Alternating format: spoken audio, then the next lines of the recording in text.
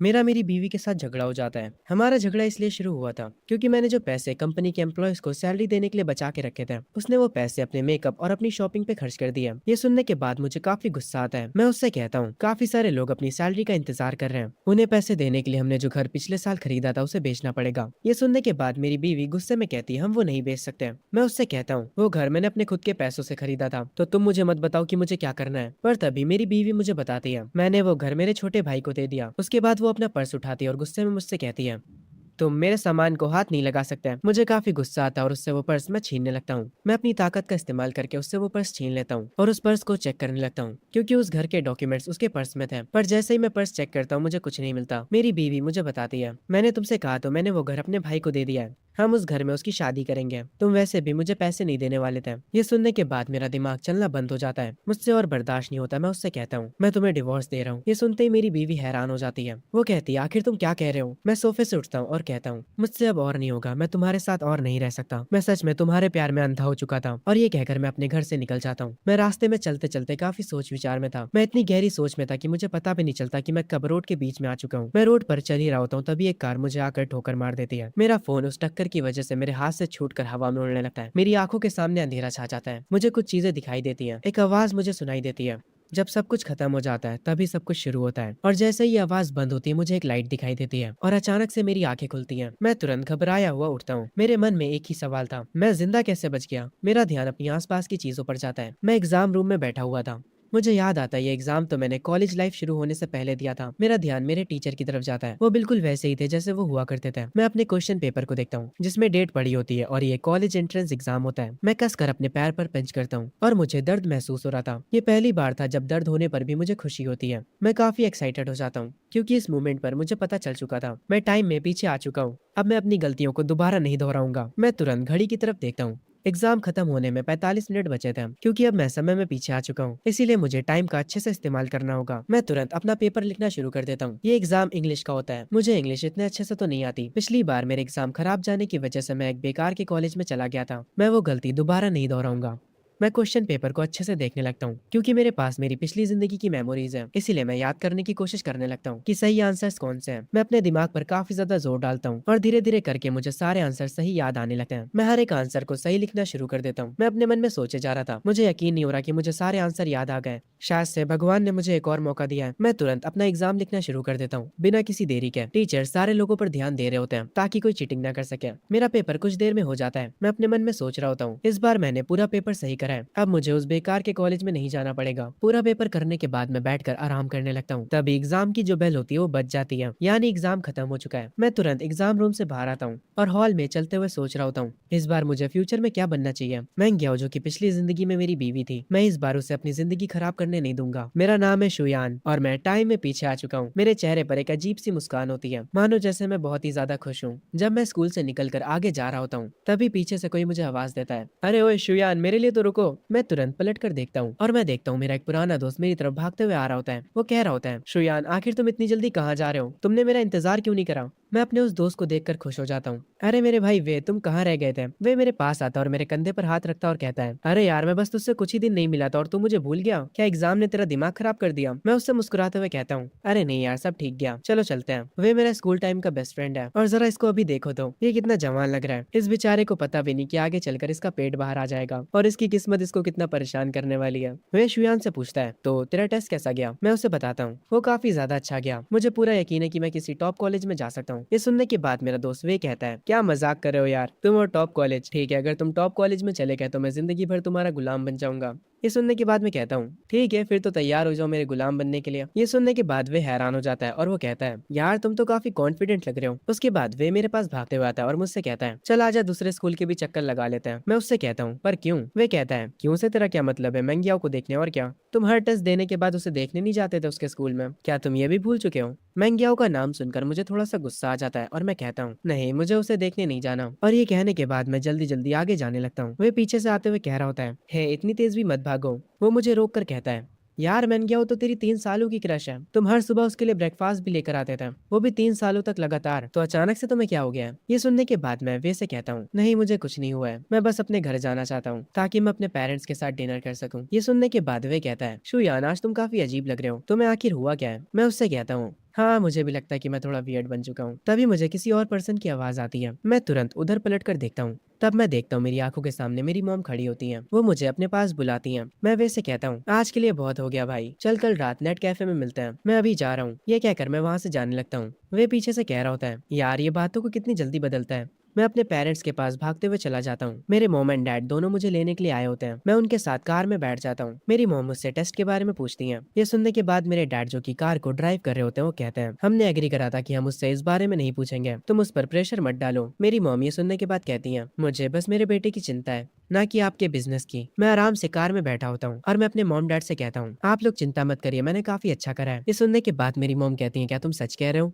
मैं उनसे कहता हूँ, मेरे नंबर एवरेज से ज्यादा आएंगे, मेरे नंबर्स के साथ मैं टॉप यूनिवर्सिटी में भी जा सकता हूँ। ये सुनने के बाद मेरे डैड खुश हो जाते हैं और वो खुशी में कहते हैं, चलो चलते हैं, इसी बात पर कुछ खा कर आते हैं। मेरे बेटे, आज रात मैं तुम्हारे साथ ड्रिंक करूंगा। मेरी मॉम भी काफी खुश होती है और वो कहती है, मुझे पहले से पता था मेरा बेटा बहुत ही ज्यादा समझदार है। मैं अपने मन में सोच रहा होता हूँ, मेरी पिछली जिंदगी में मैंने बहुत सारी बेवकूफी करी थी, इसीलिए आप दोनों को बहुत सारी मुश्किलें उठानी पड़ी थी। मैं दोबारा वो सब गलतियां नहीं करूंगा। बाहर खाना खाने के बाद हम अपने घर पर वापस आ जाते हैं। मैं टॉवल से अपना चेहरा पोंछ रहा होता हूँ। मैं मिरर में खुद को देखने लगता हूँ। अपने मन में सोचता हूँ, मुझे काफी अच्छा लग रहा है क्योंकि मेरी बॉडी वापस से पहले जैसी हो गई है। मैं मिरर में खुद को देखकर काफी ज्यादा खुश हो जाता हूँ। मैं वॉशरूम की लाइट्स को टर्न ऑफ करता हूँ और अपने मन में सोच रहा होता हूँ, मैं क्या हो, तुम इतनी भी कुछ खास नहीं थी, पर पता नहीं क्यों मुझे तुमसे प्यार हो गया, क्योंकि उसने मुझे कभी मना नहीं करा था, इसीलिए मुझे लगा था कि वो मुझे पसंद करती थी। पर अब मुझे समझ आ रहा है कि वो बस मुझे बेवकूफ बना रही थी। मैं बस उसका बैकअप प्लान था। मैं अपने कमरे में जाकर एक चेयर पर बैठ जाता हूँ और अपने फोन को चेक करने लगता हूँ। मैं देखता हूँ मैंने मैंगियो का नाम बेबी करके सेव कर रखा था, जो कि मुझे अब काफी ज्यादा क्रिंज लगता है। मैं तुरंत सेवेड कॉन्टैक्ट्स में जाकर वो नाम हटा देता हूँ। तभी मुझे मैंगियो का मैसेज आता है, जो कि उस मैसेज में कह रही होती है, तुम आज मुझसे मिलने क्यों नहीं आए? मैं अपने मन में सोचता हूँ, फाइनली इस महारानी को रियलाइज हो गया कि मैंने इसका पीछा करना बंद कर दिया है। मैं मैंगियो का जवाब देते हुए कहता हूँ, मेरे पास टाइम नहीं था। हम मैंगियो को देखते हैं जो कि अपने घर पर बैठी होती है और वो ये मैसेज देखकर गुस्सा हो जाती है और वो कहती है, तुम कैसे बेवकूफ हो, अगर तुम ऐसे ही मुझसे बात करने वाले हो तो मैं तुमसे बात करना बंद कर दूंगी। ये कहकर मैंगियो अपना फोन रख देती है। मैं तुरंत उसका ये मैसेज देखता हूँ और रिप्लाई में कहता हूँ, मुझे कोई दिक्कत नहीं है। उसके बाद मैं भी अपना फोन रख देता हूँ और जाकर विंडोज की तरफ खड़ा हो जाता हूँ। मैं अपने आप से कह रहा होता हूँ,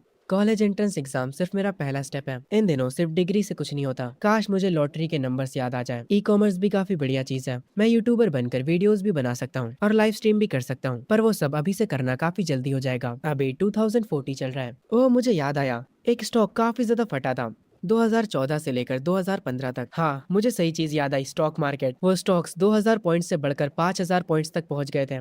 अगर कोई गधा भी वो स्टॉक्स खरीद लेता है तो वो बहुत अमीर बन जाएगा। पर स्टॉक को खरीदने के लिए मुझे पैसे चाहिए होंगे। मुझे किसी भी तरह पैसों का जुगाड़ करना होगा। मैं अपने कमरे से बाहर निकलता हूँ और मैं देखता हूँ मेरी मॉम हॉल में सोफे पर बैठकर किताब पढ़ रही होती हैं। मैं तुरंत उनके पास जाता हूँ और जमीन पर बैठ जाता हूँ और उन्हें मस्का लगाते हुए कहता हूँ, मेरी प्यारी और अच्छी मदर, मेरी बात सुनिए, क्या मैं आपसे किसी चीज के बारे में बात कर सकता हूँ? मेरी मॉम कंफ्यूज हो जाती है और वो कहती है, तुम्हें किस बारे में बात करनी है?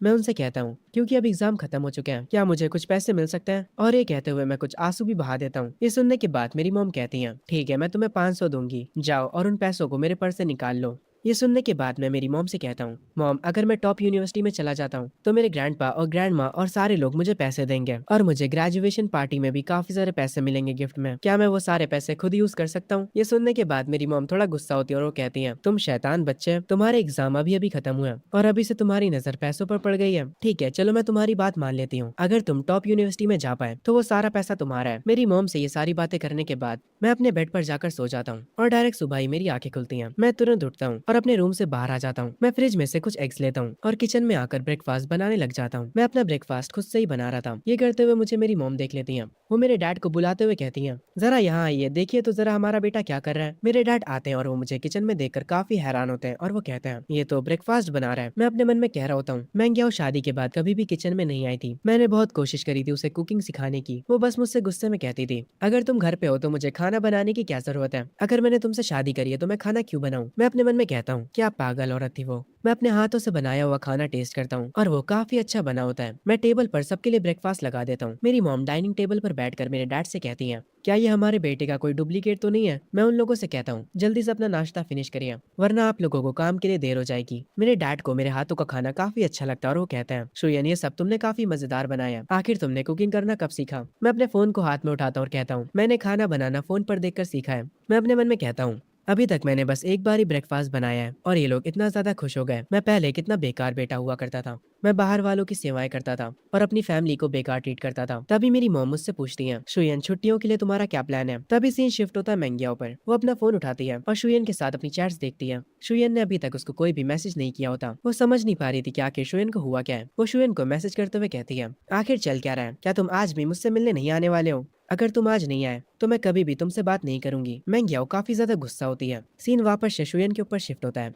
शुयन अपना फोन चला रहा होता है और वो कहता है, मैं इस बार अपनी लाइफ को एंजॉय करूंगा। वो अपने दोस्तों से बात कर रहा होता है और उनसे कहता है, ठीक है, मैं तुमसे वहीं पर मिलूंगा जहाँ पर मैं तुमसे हमेशा मिलता हूँ। सीन वापस से मेंग्याओ के ऊपर शिफ्ट होता है। वो घर पर लेटी टीवी देख रही होती है। फिर वो अपना फोन उठाती है और अपनी एक दोस्त को कॉल करती है और उसे बताती है, पता नहीं शुयन के साथ क्या हुआ है। पहले वो मुझे हर दिन गुड नाइट और गुड मॉर्निंग के टेक्स्ट भेजा करता था, पर कल से तो उसने मेरा रिप्लाई भी नहीं किया है। वो मुझे नखरे दिखा रहा है। मेंग्याओ की दोस्त कहती है, उसे इग्नोर करो और फिर वो भागता भागता खुद तुम्हारे पास आ जाएगा। जब उसे पता चलेगा कि तुम्हें इग्नोर करके उसे कुछ नहीं मिलने वाला तो वो तुम्हें और ज्यादा स्पॉइल करेगा। मेंग्याओ कहती है, इन ट्रिक्स का यूज करके वो मेरी अटेंशन लेना चाहता है। मैं कुछ ज्यादा ही स्मार्ट हूँ उसके इस छोटे से गेम में फंसने के लिए। तभी सीन शिफ्ट होता हमारे एमसी और उसके दोस्त वे के ऊपर। वे काफी हैरानी में कहता है, आखिर तुझे आज हुआ क्या है? तुम पार्ट टाइम जॉब स्टार्ट कर रहे हो? मैं उससे कहता हूँ, तुम्हें क्या लगता है हम पढ़ाई क्यों करते हैं? वे जवाब में कहता है, हम पढ़ाई एक अच्छे कॉलेज में जाने के लिए करते हैं ताकि हम एक अच्छी यूनिवर्सिटी में जा सकें। मैं वे से कहता हूँ, तुम एक अच्छे कॉलेज क्यों जाना चाहते हो? वे कहता है, ताकि हमें एक अच्छी जॉब मिल सके। मैं उससे कहता हूँ, तुम्हें जॉब क्यों करनी है? वे थोड़ा हैरान होता है और कहता है, ताकि हम पैसे कमा सके। मैं एक्साइटेड हो जाता हूँ और उससे कहता हूँ, अब तुम आए हो ना काम की बात पे, पैसा कमाना ही मैटर करता है। ये सुनने के बाद वे हैरान हो जाता है। मैं आगे चलते हुए उससे कह रहा होता हूँ, अगर तुम अभी कोई पार्ट टाइम जॉब नहीं ढूंढ लेते तो जब कॉलेजेस की छुट्टियां चालू होंगी तब तुम्हें कोई भी जॉब नहीं मिलने वाली। मैं एक शॉप पर रुकता हूँ और उनसे कहता हूँ, प्लीज हमारे लिए 2 लेमन लेकर आइए। वो शॉपकीपर कहती है, आपकी 2 ड्रिंक्स के हुए $16। ये सुनने के बाद मैं वे से कहता हूँ, चल बे वे पैसे निकाल, आज मेरी ड्रिंक के पैसे तुम दोगे। जब मैं अमीर हो जाऊंगा तब मैं तुम्हें $30 की स्टारबक्स की कॉफी पिलाऊंगा। वे बेचारे को घंटा को समझ नहीं आता। वो ड्रिंक्स के पैसे दे देता है। ये लोग आगे चलकर एक जगह पर बैठकर अपनी ड्रिंक्स पीने लगते हैं। अरे शुयन, मैं तुझे कुछ बताना चाह रहा था। मेरे पेरेंट्स ने मुझसे कहा है कि अगर मैं टॉप कॉलेज में चला जाता हूँ तो वो मुझे अच्छे खासे पैसे देंगे। ये सुनने के बाद मैं कहता हूँ, पर तुम अच्छे कॉलेज में नहीं जाने वाले, उम्मीद छोड़ दो। वे कहता है, तुम्हें कैसे पता मैं टॉप कॉलेज में नहीं जाने वाला? मैं उससे कहता हूँ, असल में मुझे कल रात सपना आया था कि बहुत मुश्किल से ही तुम सेकंड ईयर पर पहुंचे हो और मैंने अपने सपने में तुम्हारी बीवी को भी देखा और ये भी देखा कि वो तुम पर चीट कर देती है। ये सुनने के बाद वे गुस्सा हो जाता है और वो कहता है, अबे तेरी तो तू क्या बात कर रहा है? तू अब अपने दोस्त को श्राप देगा? ये सुनने के बाद मैं हंसता हूँ और कहता हूँ, अरे ठीक है यार, कोई ना होता है, चलो उस जगह पर भी चलते हैं। मैं अपने हाथ को पॉइंट आउट करता हूँ एक मीट म्यूजिक पब की तरफ। वे कहता है, नहीं यार मैं नहीं जाऊंगा, मैं बहुत ज्यादा थका हुआ हूँ। मैं मुस्कुराते हुए उससे कहता हूँ, ठीक है, अगर तुम्हें नहीं जाना तो तुम मत जाओ, मैं तो जा रहा हूँ। उसके बाद मैं उस शॉप में आ जाता हूँ। मैं उनसे पूछता हूँ, हाय, क्या आप समर वर्कर्स को हायर कर रहे हैं? एक एम्प्लॉय टेबल को क्लीन करते हुए कहती है, हमारे बॉस अभी पीछे वाले रूम में, आप थोड़ा इंतजार करिए। ये कहकर वो एम्प्लॉय बॉस को बुलाने चली जाती है। तभी मेरे पीछे से कोई बोलता और कहता है, हे हैंडसम, जरा इधर देखो। मैं जब उधर पलट कर देखता हूँ तो वो एक लड़की होती है जो कि काफी सुंदर दिख रही होती है। वो मुझसे कहती है, क्या तुम जॉब ढूंढ रहे हो? मैं उस लड़की से कहता हूँ, हाँ, मैं इस समर के लिए जॉब ढूंढ रहा हूँ। मैंने कुछ टाइम पहले अपने कॉलेज एंट्रेंस एग्जाम को फिनिश करा है, इसीलिए अब मैं फ्री हूँ। वो लड़की सोफे पर बैठ जाती है और कहती है, क्या तुम्हारे पास कोई स्किल्स है? मैं उससे कहता हूँ, हाँ, मेरी स्किल्स काफी ज्यादा है। ये सुनकर वो लड़की हंसती है और मुझसे कहती है, ठीक है, मैं अब तुमसे मजाक करना बंद करती हूँ, तुम खड़े क्यों हो, तुम भी बैठ जाओ। मैं सोफे पर बैठ जाता हूँ। वो लड़की कहती है, हमारी शिफ्ट 5 बजे से लेकर 11 बजे तक है, सैलरी 2800 से ज्यादा होगी और अगर तुम कोई भी छुट्टी नहीं करते हो तो 150 एक्स्ट्रा मिलेंगे।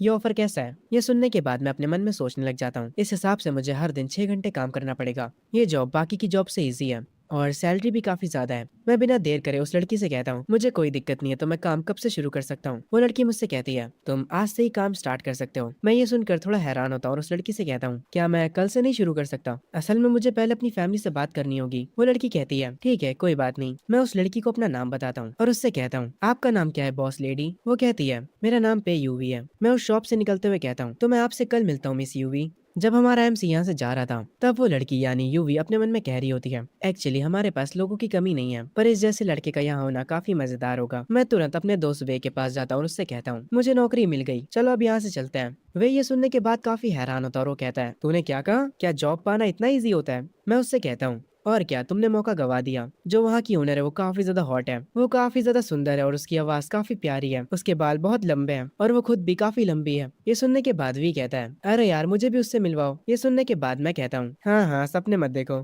खुद से जाओ अगर तुम्हें उसे देखना है तो। ये सुनने के बाद वे कहता है, अरे यार चलो भी ना। मैं वे से कहता हूँ, हे वे, तुम अमीर बनना चाहते हो? वे कहता है, ऑफ कोर्स यार। मैं वे से कहता हूँ, तो मुझे कुछ पैसे उधार दे दो। ऐसा तो मेरे दोस्त भी करते हैं मेरे साथ। खैर, स्टोरी पर वापस आते हैं। मैं वे से कहता हूँ, मैं तुम्हें अगले साल डबल पैसे वापस करूंगा। वे कहता है, तुम क्या करने वाले हो? मैं उससे कहता हूँ, मुझे एक जगह के बारे में पता है, एक इंटरनेट कैफे जहाँ पर अगर तुम 500 डिपॉजिट करोगे तो तुम्हें 1000 का बोनस मिलेगा। वे ये सुनने के बाद कहता है, तुम मुझसे मजाक करना बंद करो। मैं वे को एक पेड़ की तरफ इशारा करते हुए कहता हूँ, तुम्हें वो पत्ती दिख रही है जो सबसे ऊपर है? अगर तुमने उसे छू लिया तो तुम बॉस हो। वे और मैं तुरंत जाकर उस पत्ती को छूने के लिए जंप करने लगता है। मुझे काफी मजा आ रहा था ये करने में। तभी वे उस पत्ती को छू लेता है। हम बैठ जाते हैं। वे मुझसे कहता है, हे शुयन, तुमने वो देखा ना? मैंने उस पत्ती को टच कर लिया था।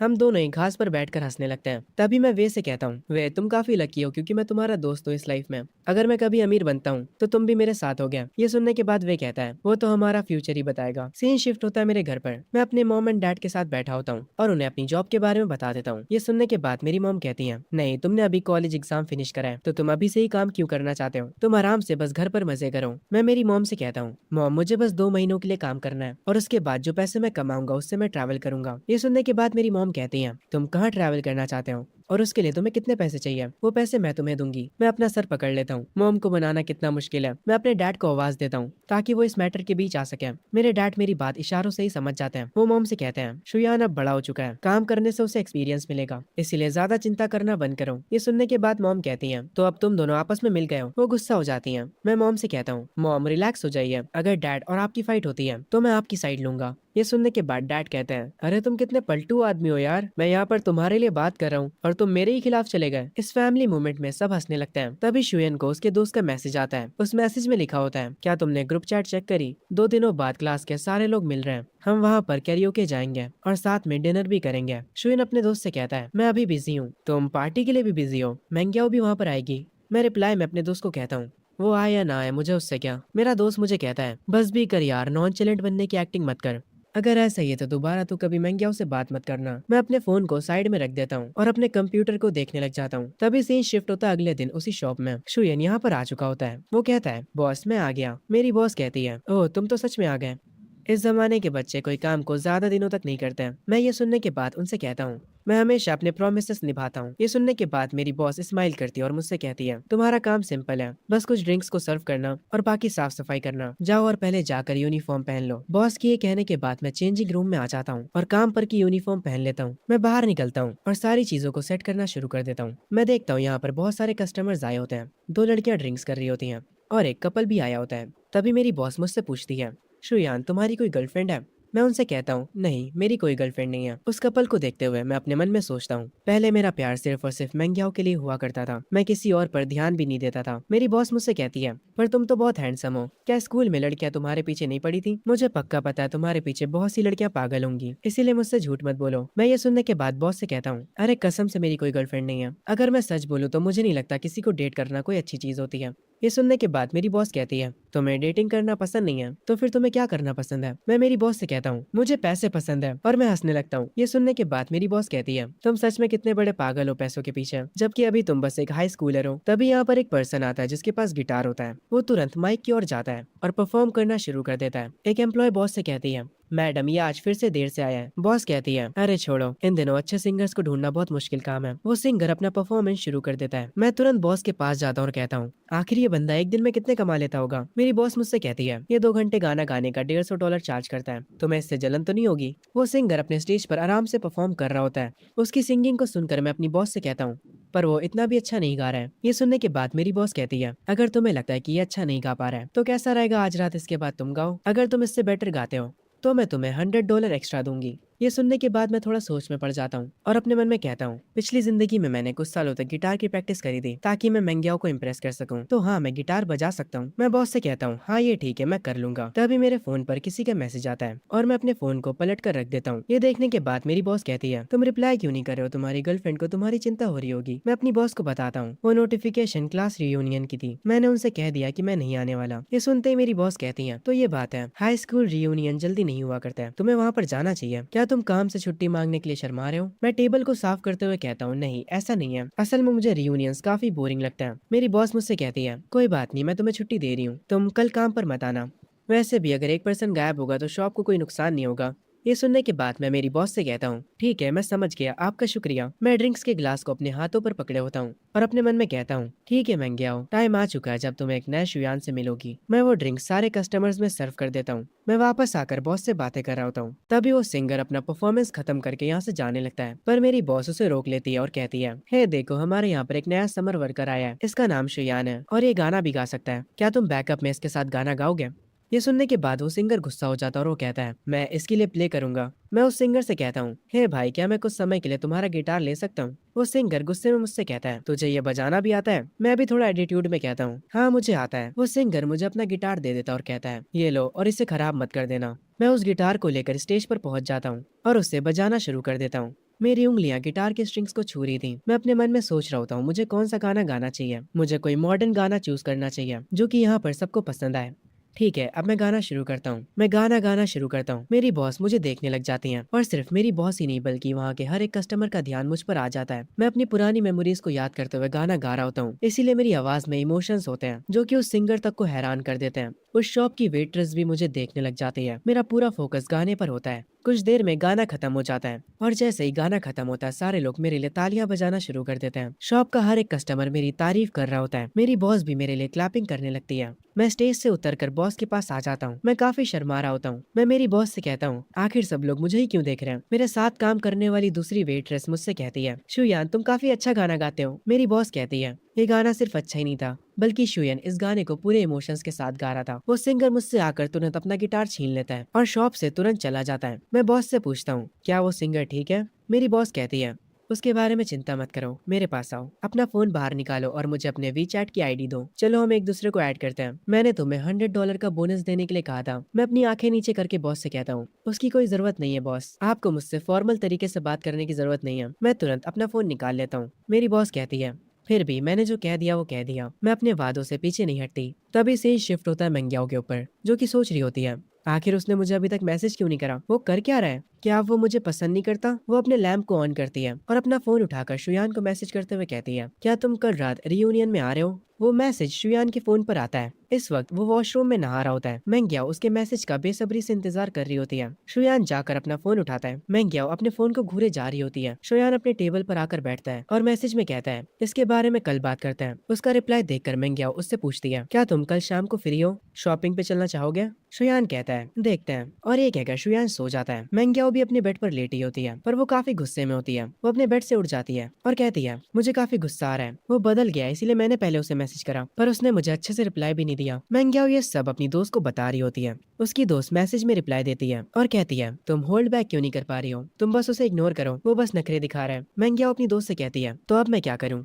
उसकी दोस्त कहती है, अब तुम्हारी बारी है नखरे दिखाने की। उसकी दोस्त मैसेज में मैंग्याओ से कहती है, कल के क्लास रियूनियन में तुम वहाँ पर डुआन के साथ जाना। जब शुयन तुम्हें उसके साथ देखेगा तो उसे जेलसी होगी। मैंग्याओ ये सुनकर कहती है, हाँ तुमने सही कहा। सही शिफ्ट होता है और हम वे को देखते हैं जो कि अपने बालों में स्प्रे मार रहा होता है और अपने बालों को सेट कर रहा होता है। वो अपने कोट को सही करता है और वापस से अपने बालों को सही करता है। वो मिरर के सामने खड़े होकर खुद को देखता है और अपने रूम से बाहर आता है। हम देखते हैं सोफे पर शुयान बैठा होता है। जैसे ही वे रूम से निकलता है वे शुयान से पूछता है, तो चल बता मैं कैसा लग रहा हूँ, क्या आज मैं अच्छा दिख रहा हूँ? शुयान कहता है, मैं यकीन के साथ तो नहीं कह सकता कि तू अच्छा दिख रहा है, पर अच्छा दिखने से ज्यादा तुम्हारे में एनर्जी ज्यादा लग रही है। तुम एकदम आज एक एनर्जेटिक पर्सन दिख रहे हो। ये सुनने के बाद वे कहता है, तुमने बिल्कुल सही कहा। वे भी जाकर सोफे पर बैठ जाता है। शुयन अपना फोन चला रहा होता है। वे उससे कहता है, आखिर तुम फोन में क्या कर रहे हो? क्या तुम किसी लड़की से बात कर रहे हो? पर जैसे ही वे फोन में झांक कर देखता है वो हैरान हो जाता है और कहता है, तुम प्रैक्टिस टेस्ट को सॉल्व कर रहे हो? क्या तुम पागल हो गए हो?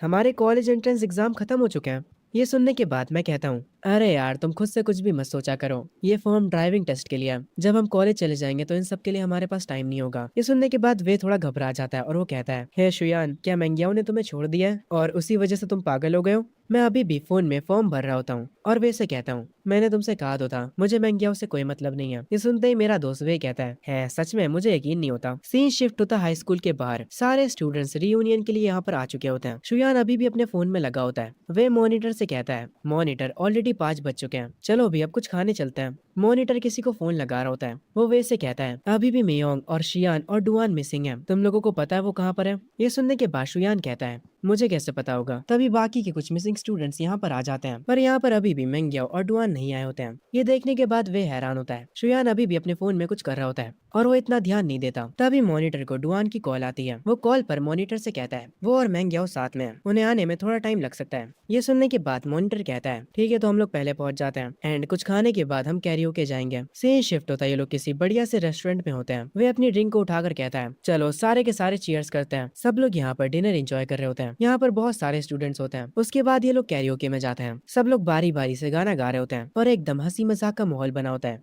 तभी वे इस बीच शोएन के पास आता है और वो शोएन से कहता है आखिर तुम बूढ़े आदमियों जैसे बैठकर यहाँ पर क्या कर रहे हो, चलो भी हमारे साथ गाना गाओ। शोयान ये सुनने के बाद कहता है मैं बस थोड़ी देर और यहाँ पर हूँ, उसके बाद मैं चला जाऊंगा।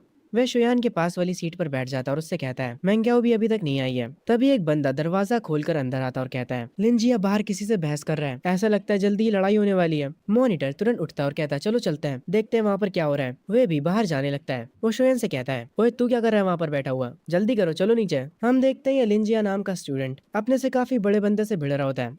वो मस्कुलर बंदा कहता है क्या बे छोटे तुझे जीने से प्यार नहीं है? यहाँ पर मॉनिटर आता है, वो कहता है अरे मेरे बड़े भाई उसने बहुत ज्यादा पी ली है, मैं उसकी तरफ से माफी मांगता हूँ। वो मस्कुलर बंदा कहता है अब तू कौन है चिरकुट, चला जा यहाँ से वरना पिट पिट जाएगा। हम देखते हैं असल में ये फाइट वॉशरूम में हो रही होती है। सारे लोग वॉशरूम के बाहर भीड़ लगा देते हैं। शोयान उस भीड़ में से होकर अंदर जाता है। शोयान यहाँ का नजारा देखकर अपने मन में कहता है लिंजिया कुछ ज्यादा ही बन रहा था, हल्का सा उसने ड्रिंक क्या कर लिया, उसे लगने लगा वो किसी से भी भिड़ सकता है। और ये मस्कुलर बंदा ये भी शराब के नशे में पागल हो चुका है। शोयान उनके बीच में जाता और कहता है अरे यार हमारे क्लासमेट से जरा सी गलती हो गई, असल में हमने कुछ टाइम पहले कॉलेज एंट्रेंस एग्जाम को फिनिश करा है, तो यार माफ कर दो हमें। वो मस्कुलर बंदा चिल्लाते हुए कहता है अब तू कौन है बे, मेरे रास्ते से हट जा। ये सुनने के बाद शोयान को भी गुस्सा आ जाता है और वो कहता है यार तुम अच्छे से बात नहीं कर सकते हो क्या, तुम क्या ये बात भूल रहे हो कि हम अभी तक स्टूडेंट्स हैं? अगर तुम सच में सीन को बढ़ाना चाहते हो तो मैं तुम्हें नहीं रोकूंगा। तुम्हें क्या लगता है जब पुलिस आएगी तो वो किसकी साइड लेगी, तुम्हारी या फिर हम स्टूडेंट्स की? जरा सोचो इसके बारे में। ये सुनने के बाद उस मस्कुलर बंदे को गुस्सा तो आता है, पर वो इतना जान चुका था कि शोयन सही कह रहा है। शोयन दोबारा से कहता है चलो भी भाई अब इस मामले को खत्म करते हैं। वो मस्कुलर बंदा कहता है ठीक है जाओ, तुम लोगों को माफ करा,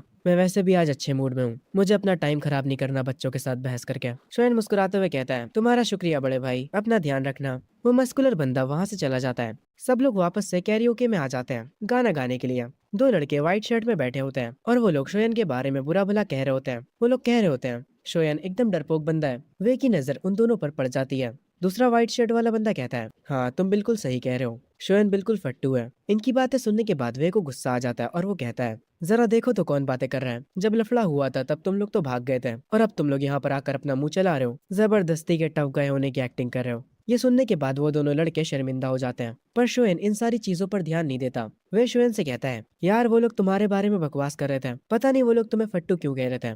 शोएन कहता है जब बातों से सब कुछ सॉल्व हो सकता है तो लड़ाई करने की क्या जरूरत है, उन्हें आगे चलकर समझ आ जाएगा कि लड़ाई करने से सब कुछ ठीक नहीं हो जाता, अभी ये सब बच्चे हैं। ये सुनने के बाद वे कहता है यार आजकल तुम कुछ ज्यादा ही बड़ों वाली बातें नहीं कर रहे हो। शोएन कहता है अरे यार मैं बड़ा ही तो हूँ, मैं तुम्हारा पापा हूँ, भूल तो नहीं गए तुम। ये सुनने के बाद वे कहता है अबे तू साले चुप रहा कर। शोएन अपनी ड्रिंक को एंजॉय कर रहा होता है और वे भी। ये लोग बार बार ड्रिंक करे जा रहे होते हैं। शोएन थोड़ी देर में कहता है यार अब मैं इससे ज्यादा नहीं पी सकता, और ये कहकर वो सो जाता है। तभी वे उसे उठाते हुए कहता है ओए शोएन जल्दी उठ, मैनग्याओ आ चुकी है। ये सुनने के बाद शोएन धीरे से अपनी आंखें खोलता है। उसके सामने मैनग्याओ खड़ी होती है और वो कहती है क्या तुम्हें लगा मैं और डुआन डेट कर रहे हैं इसीलिए तुमने इतनी ज्यादा पी ली? पर शोयन इसकी बातों पर ध्यान नहीं देता और वो कहता है मुझे नींद आ रही है, मुझे सोने दो। ये सुनने के बाद सब हैरान हो जाते हैं। वे कहता है शोयन उठ जा, तेरे सामने मेंग्याओ खड़ी है। शोयन जब दोबारा से अपनी आंखें खोलता है तो उसे छोटी वाली मेंग्याओ की जगह बड़ी वाली मेंग्याओ दिख रही होती है जो कि उसकी बीवी थी। शोयन अपने सर पर हाथ रखता और कहता है मैंने कुछ ज्यादा ही पी लिया इसीलिए अब मैं घर जा रहा हूँ। ये कहने के बाद वो मेंग्याओ के सामने से निकल जाता है। मेंग्याओ और उसकी दोस्त काफी हैरान हो जाती हैं। मेंग्याओ की दोस्त उससे कहती है कोई बात नहीं मेंग्याओ, वो बस जेलस है और तुम्हें चिढ़ाने के लिए नाटक कर रहा है। पर मेंग्याओ की आंखों से आंसू आ जाते हैं। वो कहती है शायद से तुम सही कह रही हो। हम शोयन को देखते हैं जो कि एक नदी के पास खड़ा होता है। एक लड़की उसके पास में गिटार बजा रही होती है। शोयन अपनी सोच में डूबा होता है, पर तभी उसे उल्टी जैसा फील होने लगता है। वो पास में बैठी लड़की से कहता है हे तुम्हारे पास टिश्यू होगा क्या? वो लड़की उसे टिश्यू दे देती है। शोयन अपना मुंह साफ करता है और उस लड़की को शुक्रिया बोलता है। वो लड़की वापस से अपना गिटार बजाने लगती है। शोयन नदी को देखने लगता है और वो लड़की जो गिटार बजा रही होती है वो उसे सुन रहा होता है। आखिर में वो भी सीढ़ियों पर बैठ जाता है। वो उस लड़की को कहता है, तुम स्ट्रिंग्स पर कुछ ज्यादा ही प्रेशर डाल रही हो और तुम्हारी टाइमिंग भी सही नहीं है, पर वो ट्यून काफी अच्छी है। वो लड़की शोएन को देखती है। शोएन थोड़ा हैरान हो जाता है। तभी वो लड़की अपना गिटार शोएन को देने लगती है। शोएन कहता है, आखिर तुम क्या कर रही हो? लग रहा है तुम्हें मेरी बातों का बुरा लग गया। क्या तुम देखना चाहती हो कि मैं क्या कर सकता हूँ? शोएन उठता है और उससे वो गिटार ले लेता है और सीढ़ियों पर बैठकर उसे बजाना शुरू करता है। जैसे जैसे उसकी उंगलियां गिटार पर चल रही होती हैं, वो लड़की शोएन को हैरानी से देखती है। उसके चेहरे पर एक मुस्कुराहट आ जाती है, जैसे मानो उसे शोएन का गाना पसंद आ रहा हो। शोएन भी फुल इमोशंस के साथ गिटार को बजा रहा होता है। वो लड़की उसकी गिटार की स्किल्स को देखकर काफी हैरान हो जाती है। शोएन खड़ा होता है और कहता है, मैंने अभी तक खुद को इंट्रोड्यूस नहीं करा। मेरा नाम शोएन है।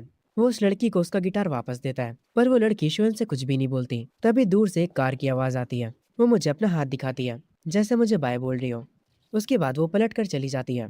मैं भी उसे बाय बोलता हूँ और अपने मन में सोचता हूँ, ये लड़की कितनी प्यारी थी, पर उसने मुझसे कुछ बोला नहीं। शोएन को बुरा लगता है कि उस लड़की ने उसका जवाब नहीं दिया, पर वो देख नहीं पाता कि वो लड़की यहाँ से जाते वक्त स्माइल कर रही होती है। शोएन वापस से सोच में पड़ जाता है। तभी सीन शिफ्ट होता है अगली सुबह। वो अपने बेड पर सो रहा होता है। तभी उसके फोन पर मेनग्याओ का मैसेज आता है। उस मैसेज की आवाज से उसकी आंखें खुलती हैं। वो अपने बेड से उठता है और अपना फोन उठाकर उन मैसेजेस को देखता है। उन मैसेजेस में मेनग्याओ कह रही होती है, शोएन तुम्हें कोई गलतफहमी हुई है। मैं कल पूरा दिन अपनी दोस्त के साथ थी और मैं रास्ते में डुआन से टकरा गई थी। मैंने सुना एक नया आर्केड खुला है। क्या तुम आज शाम मेरे साथ जाना चाहोगे वहाँ? शोएन दूध पीते पीते उसके ये सारे मैसेजेस देख रहा होता है। शोएन उसके रिप्लाई में कहता है, तुम्हें ये सब मुझे एक्सप्लेन करने की जरूरत नहीं है, और मैं आज शाम बिजी हूँ और मैं काफी समय तक बिजी ही रहने वाला हूँ। मैन गया अपने घर पर होती है। मैन गया अपने मन में सोचती है, क्या अब मैं इसे पसंद नहीं हूँ? इसके बाद शोएन का कोई भी जवाब नहीं आता। मैन ग्याओ की आंखों में आंसू आ जाते हैं। से शिफ्ट होता है शोएन की शॉप पर। वहाँ पर वो देखता है बॉस खुद से कुछ बॉक्सेस को उठा रही होती है। वो तुरंत भागते हुए उनके पास जाता है और उनसे कहता है,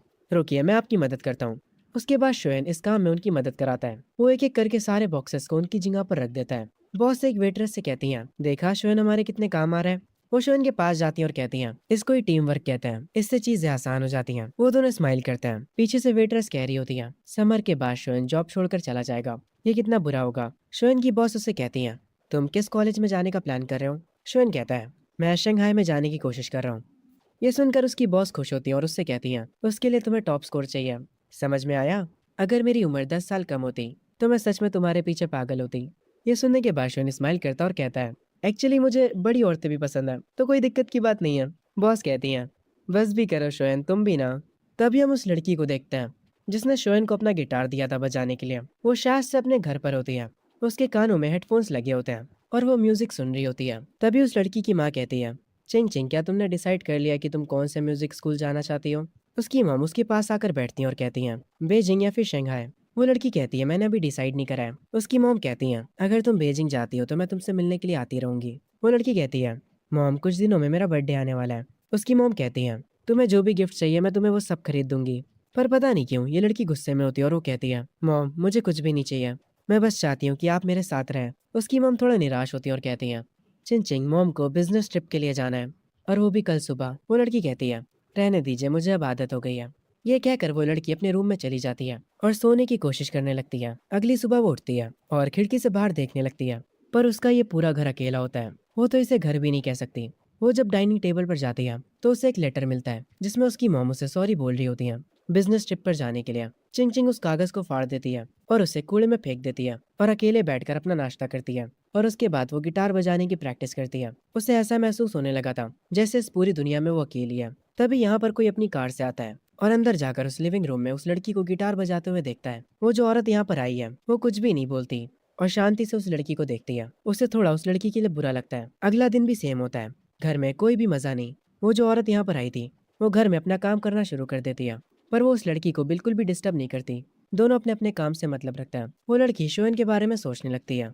तभी वो जो काम करने वाली औरत होती है वो लड़की उससे कहती है, मुझे आज बाहर जाना है। वो औरत कहती है, तुम्हें कहाँ बाहर जाना है? सीन शिफ्ट होता उसी पार्क में जहाँ पर वो लड़की शोएन से मिली थी। वो कह रही होती है, वो लड़का उस दिन के बाद से इस पार्क में नहीं आया, मैं बस किस्मत से उससे मिल गई थी। वो औरत जो उस लड़की के साथ आई होती है वो कहती है, अब हमें घर चलना चाहिए। पर वो लड़की कहती है, चलो कुछ पीने चलते हैं, मुझे एक बार बियर ट्राई करनी है। वो औरत कहती है, मैं एक ऐसी जगह को जानती हूँ जहाँ ज्यादा भीड़ नहीं होती। वो लड़की कहती है, चलो चलते हैं। सीन शिफ्ट होता है शोएन की शॉप पर। वेट्रेस बॉस से कहती है, आज भी वो सिंगर नहीं आया। बॉस कहती है, अरे कोई दिक्कत की बात नहीं है, हमारे पास यहाँ हमारा एक छोटा सिंगर भी तो है। शोएन कहता है, मेरी तरफ ऐसे मत देखो, मैं अभी भी एक बच्चा हूँ। वो वेट्रेस कहती है, हाँ क्यों नहीं, बस कुछ 100 महीने पुराने बच्चे। तभी यहाँ पर वो गिटार वाली लड़की आती है। शोयन उसे देखते ही पहचान जाता है। शोयन को ऐसा कहते देख शोयन की बॉस उससे पूछती है, क्या तुम दोनों एक दूसरे को जानते हो? शोयन कहता है, हम एक दूसरे को जानते हैं और नहीं भी, हम बस कुछ दिनों पहले ही मिले थे। ये कैसा इत्तेफाक है, हम दोबारा से मिल गए। शोयन और चिंग चिंग दोनों ही एक दूसरे को देखने के बाद काफी सरप्राइज होते हैं। जब वो सब एक टेबल पर बैठ जाते हैं तब शोयन उन्हें ड्रिंक्स ला कर देता है। बॉस शोयन से कहती है, क्या तुम आज कोई गिटार नहीं बजाने वाले? चिंग चिंग इस बात पर अपना सिर हिलाती है, जैसे वो शोयन से कह रही हो कि गिटार बजाओ। शोयन कहता है, ठीक है आज मैं गिटार बजाऊंगा, बस मुझे देखते जाइए, और मैंने सुना है कि आज रात कैश प्राइजेस भी हैं। बॉस कहती है, चिंता मत करो, तुम्हें प्राइजेस जरूर मिलेंगे। ये सुनने के बाद वहां से चला जाता है गिटार बजाने के लिए। वो जाकर स्टेज पर बैठ जाता है, और जब वो गिटार बजा रहा था सारे लोग आपस में बातें कर रहे थे। चिंग चिंग अपना ग्लास उठाती है, वो ड्रिंक को लेकर काफी क्यूरियस होती है। वो एक छोटी सी सिप लेती है। वो अपने मन में सोचती है, आखिर लोगों को ये क्यों पसंद है, ये ड्रिंक बेकार है। चिंग चिंग को ऐसा देखकर वहाँ की बॉस कहती है, क्या हुआ, तुम्हें पसंद नहीं आया? चिंग चिंग अपना सर हिलाती है।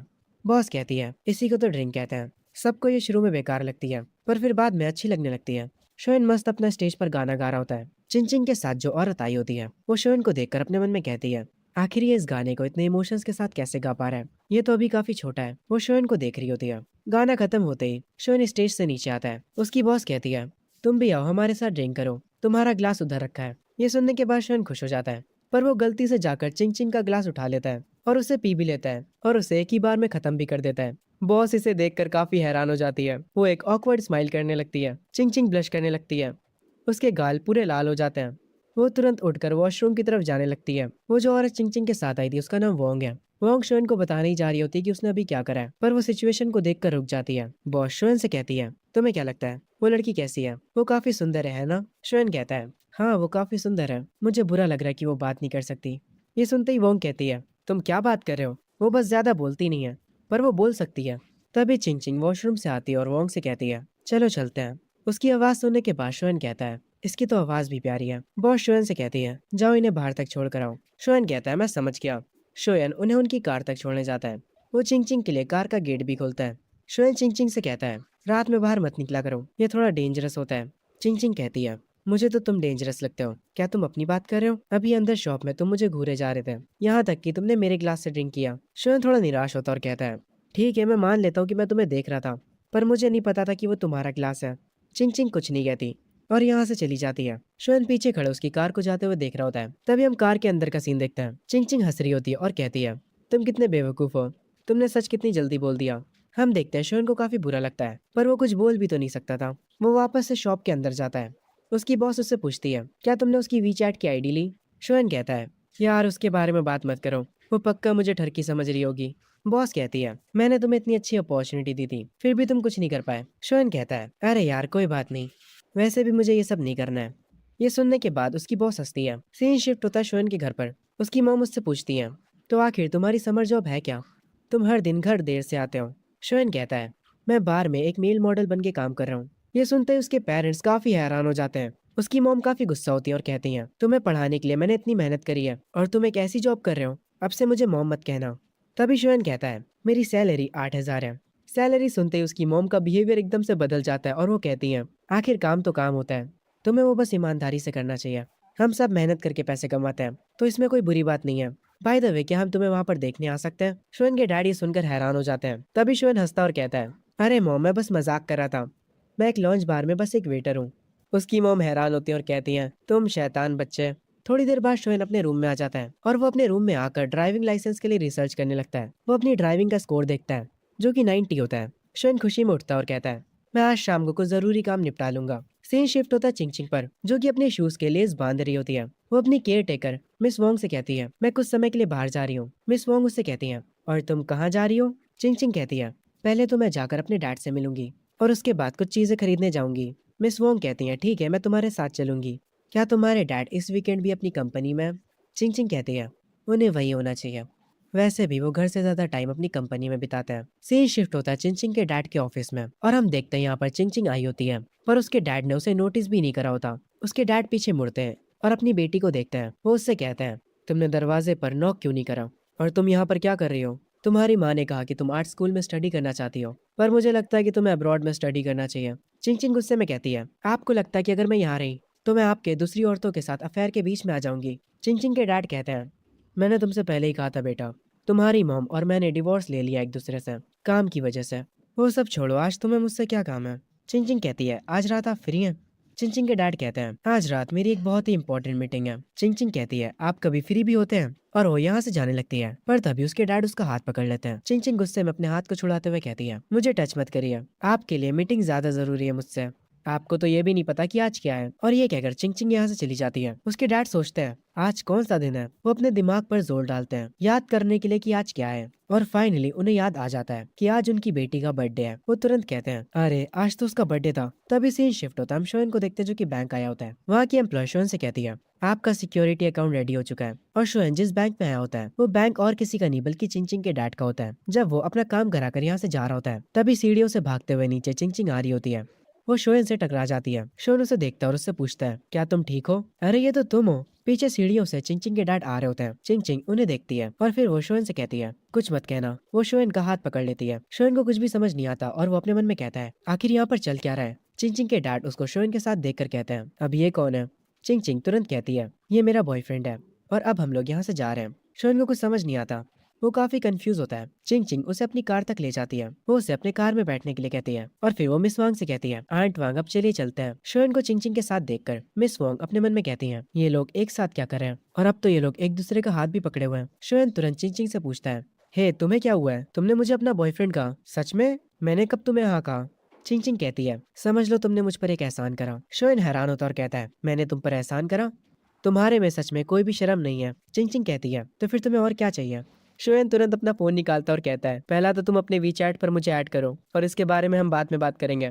शोएन भाई, आईडी लेने का तरीका थोड़ा कैजुअल है, पर कोई ना, मैं समझता हूँ। चिंग चिंग उसे अपनी आईडी दे देती है। शोएन उससे उसका नाम पूछता है और वो उसे अपना नाम बता देती है। तभी सीन शिफ्ट होता है चिंग चिंग के डैड के ऊपर। वो अपने मैनेजर से कहते हैं, वो जो बंदा अभी यहाँ पर आया था उसके बारे में पता लगा, वो कौन है? चिंग चिंग के डैड उसकी मॉम को कॉल करते हैं और कहते हैं, क्या तुम्हें पता है कि तुम्हारी बेटी किसी को डेट कर रही है? चिंग चिंग की मॉम कहती है, क्या तुम पागल हो गए हो? तुम ये कैसी बातें कर रहे हो? उसके डैड कहते हैं, अभी अभी वो यहाँ पर अपने बॉयफ्रेंड के साथ आई थी और वो उसका हाथ भी पकड़े हुई थी। उस लड़के का नाम शोयान है। चिंग चिंग की मॉम पता नहीं क्यों एक्साइटेड हो जाती है और कहती है, वो लड़का दिखने में कैसा है? चिंग चिंग के डैड गुस्सा होते हैं और कहते हैं, वो कैसा दिखता है इससे तुम्हें क्या मतलब है? मुझे परवाह नहीं है, उसकी केयर टेकर को कॉल करो और उससे ये सब पूछो। चिंग चिंग की मॉम कहती है, ठीक है मैं उससे पूछ लूंगी। ये कहकर वो कॉल कट कर देती हैं और वो तुरंत कॉल लगाती है मिस वोंग को। मिस वोंग जो कि कार ड्राइव कर रही होती है, उनके पास चिंग चिंग की मॉम का कॉल आता है। उस फोन को चिंग चिंग उठा लेती है और तुरंत स्पीकर पर कर देती है। उसकी मॉम कहती है, मिस वोंग मुझे जानना है क्या चिंग चिंग किसी को डेट कर रही है? चिंग चिंग अपनी मॉम से कहती है, हाँ मैं जिसे डेट कर रही हूँ वो मेरे साथ ही बैठा है, क्या आप उससे बात करना चाहेंगी? शोएन भी पता नहीं क्यों कहता है, हाय आंटी आप कैसी हैं? उसके बाद चिंग चिंग कॉल कट कर देती है। शोएन अपने दिल पर हाथ रखे होता और कहता है, तुमने अचानक से मुझे डरा दिया। मुझे ये मत कहना कि तुम्हारे पेरेंट्स एक साथ मिलकर मुझे मारने वाले हैं। चिंग चिंग ये सुनकर हंसती है। फिर इनकी कार एक बहुत बड़े मॉल के सामने रुकती है। चिंग चिंग कार से उतरती है और शोएन से उतरने के लिए कहती है। शोएन कहता है, मैं नहीं उतरूंगा। पर कुछ टाइम बाद वो मॉल में चिंग चिंग के साथ घूम रहा होता है। वो चिंग चिंग से पूछता है, क्या तुम्हारे पेरेंट्स की डिवोर्स हो चुकी है? चिंग चिंग ये सुनकर हैरान हो जाती है कि उसे ये सब कैसे पता चला। शोएन कहता है, मैंने बस अंदाजा लगाया था, तुम्हारे में काफी चिड़चिड़ापन है। ऐसा लगता है जैसे तुम्हें बहुत कम प्यार मिला है और जैसे तुम अपने पेरेंट्स से बात करती हो उसके हिसाब से तो ये बताना ईजी है। चिंग चिंग शोएन से कहती है, आज मेरा बर्थडे है। ये सुनने के बाद शोएन कहता है, तो तुम क्या चाहती हो? क्या मैं तुम्हारे साथ मिलकर तुम्हारे पेरेंट्स से रिवेंज लूं? चिंग चिंग कहती है, हाँ मैं यही चाहती हूँ। ये सुनने के बाद पता नहीं क्यों शोएन के चेहरे पर एक मुस्कान आ जाती है। वो चिंग चिंग से कहता है, चलो फिर चलकर मूवी देखते हैं और उसके बाद कुछ खाने चलेंगे और फिर हम बहुत सारी पिक्चर्स क्लिक करेंगे और तुम उन्हें सोशल मीडिया पे पोस्ट कर देना। उसके बाद तुम्हारे पेरेंट्स तुमसे बहुत ज़्यादा गुस्सा हो जाएंगे, पर मैं पहले ही तुम्हें बता दूं, आज की हर एक चीज़ का बिल तुम दोगी। ये सुनने के बाद चिंग चिंग मजाक में कहती है, क्या तुम में बचपन से ही शर्म नाम की चीज़ नहीं है? वो कहता है, नहीं नहीं बेशर्म तो मैं अभी हुआ हूँ। उसके बाद ये लोग मूवी देखने जाते हैं। चिंग चिंग ड्रिंक्स और पॉपकॉर्न खरीदती है और क्योंकि चिंग चिंग ने एक ही पॉपकॉर्न का बॉक्स खरीदा होता है और एक ही ड्रिंक, इसे देखकर शोएन कहता है, तुमने बस एक के लिए ही क्यों खरीदा? चिंग चिंग कहती है, मैंने ये तुम्हारे लिए खरीदा है। मैं सोडा नहीं पीती और ना ही कोई जंक फूड खाती हूँ। ये कहने के बाद चिंग चिंग सिनेमा हॉल के अंदर जाने लगती है। पीछे से शोएन कहता है, हाँ हाँ आप तो फेरी क्वीन हो ना। उसके बाद वो दोनों थिएटर में बैठकर मूवी देख रहे होते हैं और जब चिंग चिंग स्क्रीन को देखती है तब उसके दिमाग में कुछ पुरानी यादें आ जाती हैं। जब वो छोटी थी और उसके पेरेंट्स उसे पिक्चर दिखाने लाया करते थे, उसे उन अच्छे दिनों की याद आती है। चिंग चिंग काफी देर से कुछ नहीं बोल रही होती। ये देखकर शोएन उससे कहता है, हे तुम इतनी देर से कुछ बोल क्यों नहीं रही हो? तुम्हें फोटोज क्लिक नहीं करने क्या? अपने पेरेंट्स को दिखाने के लिए चिंग चिंग थोड़ी निराश लग रही होती है। उसके बाद वो अपनी जेब से अपना फोन निकालती है और स्क्रीन की पिक्चर क्लिक करने लग जाती है। शोन ये देखकर कहता है, तुम स्क्रीन की पिक्चर क्यों क्लिक कर रही हो, हमें साथ में एक फोटो लेनी होगी। वो उससे उसका फोन ले लेता है और उसके साथ एक पिक्चर क्लिक करता है। पर फोटो खींचते ही चिंग चिंग उससे दूर हो जाती है। उस फोटो को देखने के बाद शोन थोड़ा उदास होता है और कहता है, अगर तुम्हें फोटो नहीं खिंचवानी तो ठीक है, तो मत खिंचाओ।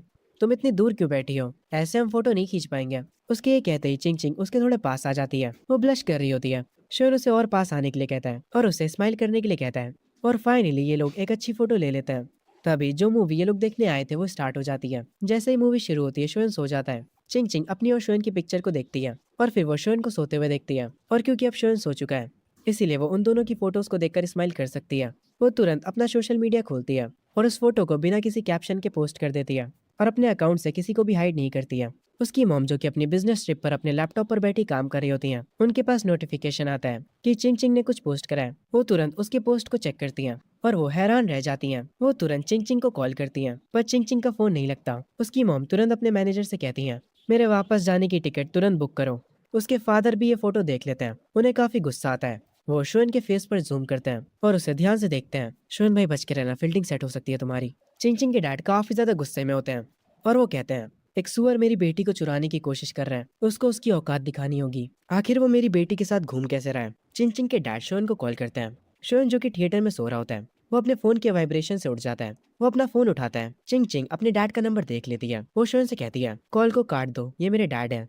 शोन अपने फोन की तरफ देखता और कहता है, उन्हें मेरा नंबर कहाँ से मिला। अरे हाँ, मुझे याद आया, वो बैंक के प्रेसिडेंट हैं, वो किसी का भी नंबर निकलवा सकते हैं। तभी शोन को शौक लगता है। वो कहता है, अरे हाँ, तुम्हारे डैड तो प्रेसिडेंट है। और उसके बाद वो काफी खुश हो जाता है और कहता है, शायद से अब वो मुझे अपने पास बुलाएंगे और मुझे 1 मिलियन या शायद से 10 मिलियन देकर कहेंगे, मेरी बेटी से दूर हो जाओ, मैंने ये सब मूवीज में होते देखा है। शोन की ये बात सुनकर चिंग चिंग हंसने लग जाती है और कहती है, सपने देखना बंद करो। शोन कहता है, तुम्हें क्या लगता है मैं उनसे पैसे ले लूंगा। चिंग चिंग कहती है, तो क्या तुम्हारा पैसे लेने का इरादा है। शोन कहता है, अरे यार, मिलियन तो दूर की बात है, अगर वो मुझे $1000 भी देंगे तब भी मैं दूर चला जाऊंगा।